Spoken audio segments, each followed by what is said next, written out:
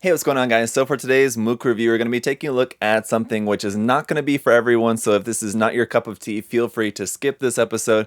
Come back next weekend where we'll be taking a look at the latest GHL Gundam Hobby Life Mook, which is awesome for those of you guys who are just here for the Gunpla and the mecha stuff. But if you are at all interested in beautiful girl garage kits, that's what we're going to be taking a look at today. This is the how to paint the beautiful girls garage kit Mook, which is something that I'm particularly interested in. Certainly is a skill that I've talked about that I want to get better at.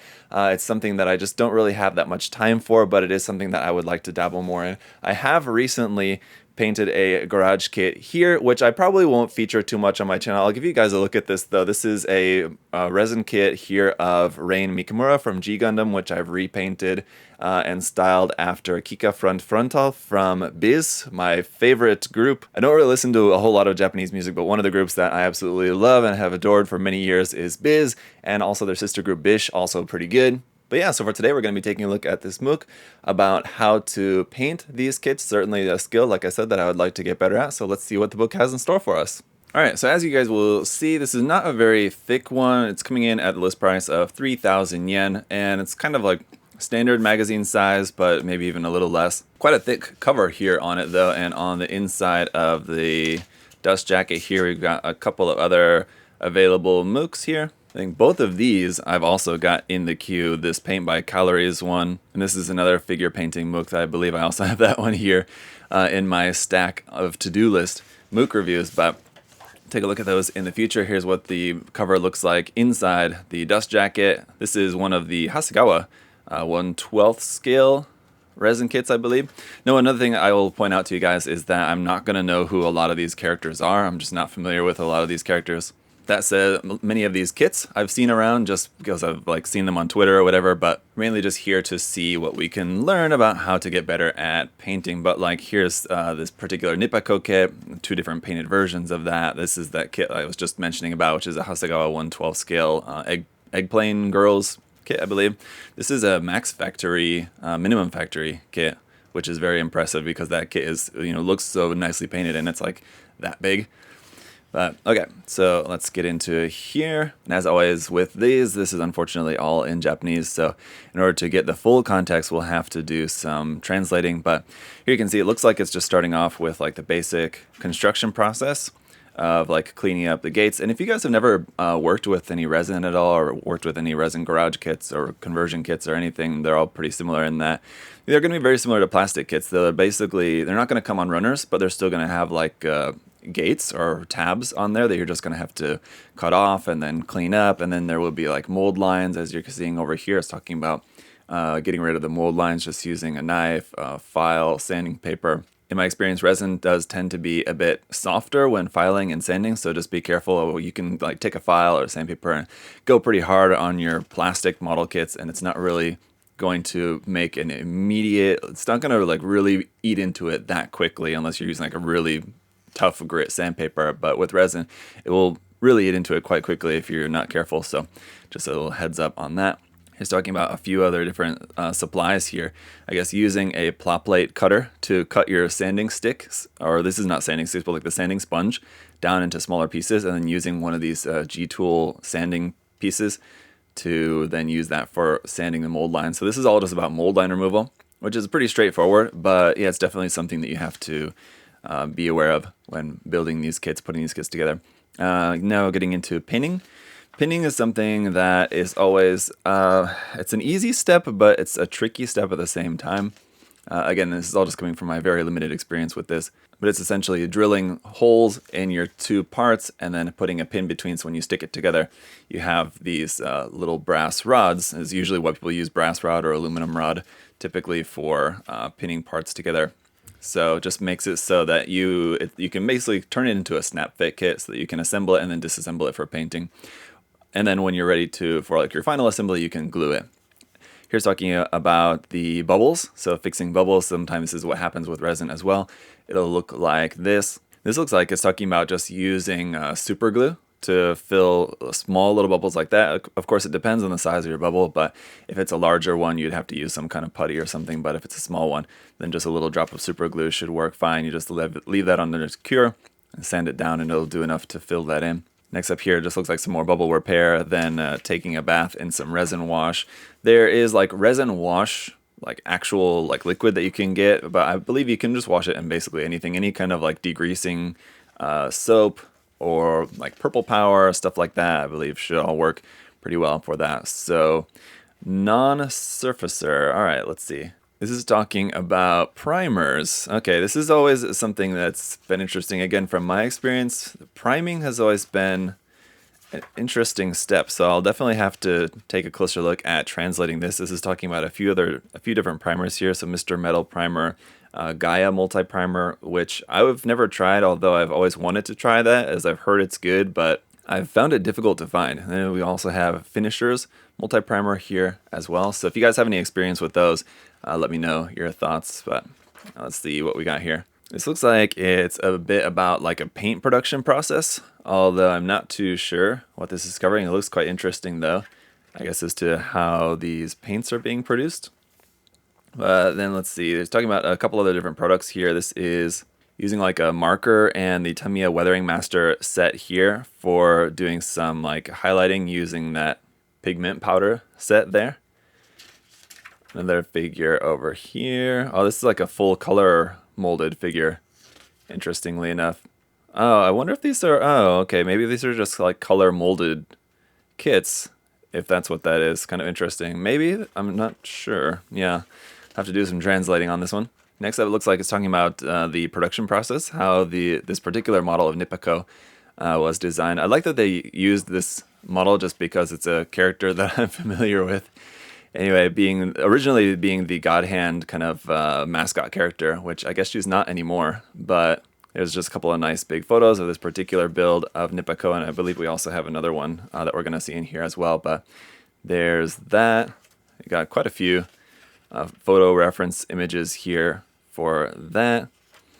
And all right, now we're getting into painting faces. This is something we talked about in another recent Mook, but this is a kind of different scale. This is much larger. I believe this figure is 1/6, 1/7, something like that. It's much larger than in the previous Mook we were looking at was like 1/20 scale, pretty small scale stuff. But this is talking about like the many phases, or many steps to painting eyes like this. So from like sketching on the design to sketching on the design, all the line work, filling in the line work with your different colors and colors and colors and colors before you finally get to your finished product. Just going to look something like that. And then let's see, masking the eyes, even like right here, using liquid mask to mask the little tooth detail on there. It's going to be so small, I mean, it's going to be hard for you guys to see, but it's just pretty crazy, like the level of detail in there, which, you know, for the character's face is like a really important part of the design. And you see like illustrators, especially like manga anime illustrators like this, I mean, they'll spend like half the time on the face and the other half of the time for like the entire rest of the body, if not more time on the face. But you know, the face is really important for just like the character, and so that's why it makes a lot of sense that there's so much time invested into, when you're painting, working on a kit like this, there's so much time invested into the face. But here's the other version of that, white swimsuit version here of Nippako. Really nice build. Okay. Looks like some other different kind of helpful tools. So like curved different files, different types of files that you can use, as well as like a file blade for your knife. So this is a sculpt knife, I guess is what it's called. Basically you use this in place of like your blade for cutting, your knife blade, but it's actually like a blade shaped file, which can be very good for filing in very small detail areas. And now it looks like we're getting into talking about painting some skin tone there a little bit. Painting that tanned skin tone for the second version that we saw there. This one has decals for the eyes, it looks like, for that one. Here's Nippako V2, another different model kit of Nippako. Here, so a lot of nice big photos of the kits, which is nice. So far it has seemed to be a little bit light on the like how-to portion of it, and just there's a lot of, you know, nice big feature images of the kits, which is cool. And there's definitely been some useful information there, I'm sure. I'll just have to go back and take some more time to, you know, translate some of that. But it's definitely been, I feel like leaning more so on the side of just nice big photos of these kits, which is awesome because they're beautiful kits. Beautiful builds here of some of these. There's Shuten Doji. So I guess there's going to be a little bit more about that.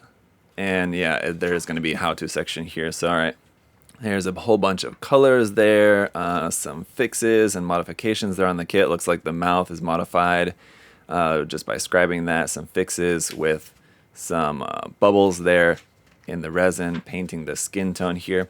Yeah, there hasn't been a whole lot. I guess there's a little bit here, and I guess we saw a little bit before about painting skin tone. That's kind of, I know, the main thing from the past. It looks like there's maybe going to be a little bit more in future pages, but for me and for a lot of people, I know one of the most difficult things about painting kits like this is, aside from the eyes, is the skin tone. Skin tone is difficult to do in a way that looks as good as how they're making it look in here.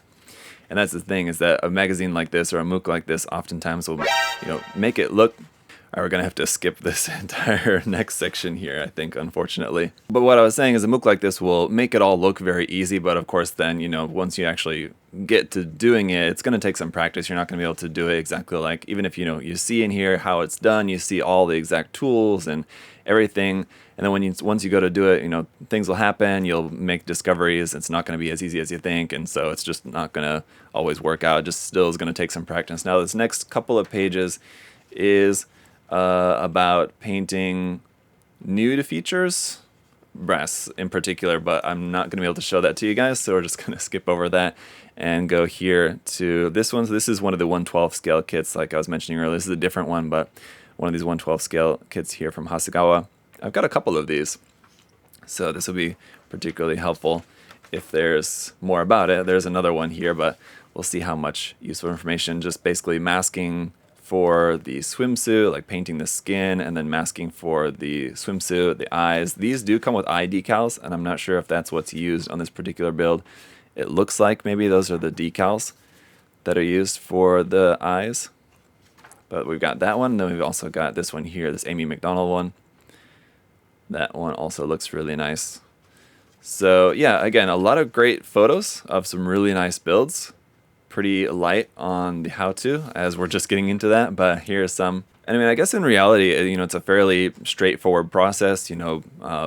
Build, sand, whatever needs to be sand, pin the kit together, and then just paint, essentially. It's not quite as involved, I suppose, as something like some of the different Gundam and mecha model techniques that we see sometimes in MOOCs like this, where there's kind of a lot of different steps.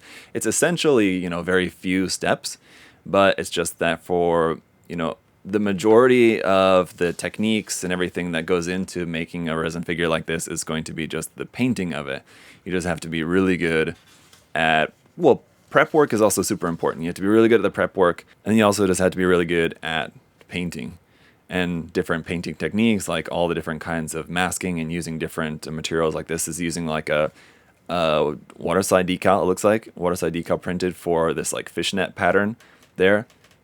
So that's pretty interesting. I would not be surprised at all if somebody else were to like actually make this fishnet pattern by actually masking that, by putting a million like little strips of masking tape there to make that fishnet pattern just by masking. I'm sure there's people that would be doing that as well. Here's some more about painting the face. So you can see like going from the rough sketch to a refined sketch, darkened sketch, masking around the eyes, and painting the main eye color there, then painting the shadow around the eyes, and then painting the rest of the details. Looks like are kind of going back and forth there, but painting the details on the tennis bag there. So a lot of nice images here showing the step-by-step work in progress here on this one. But yeah, it's just a long and complicated painting process for a kit like this, and a lot of times, like on this particular one, this is, like I said, a 120 scale kit, so it's like this tall, and so you're working in a very small area, but spending a lot of time and working very carefully to get such a really nice paint finish for some of these. So really impressive here with a kit like this. This is probably the smallest kit in this entire Mook that we're seeing. The Nippiko kit is probably about like this tall, something like that. I don't know, 7 inches tall, 6-7 inches, something like that.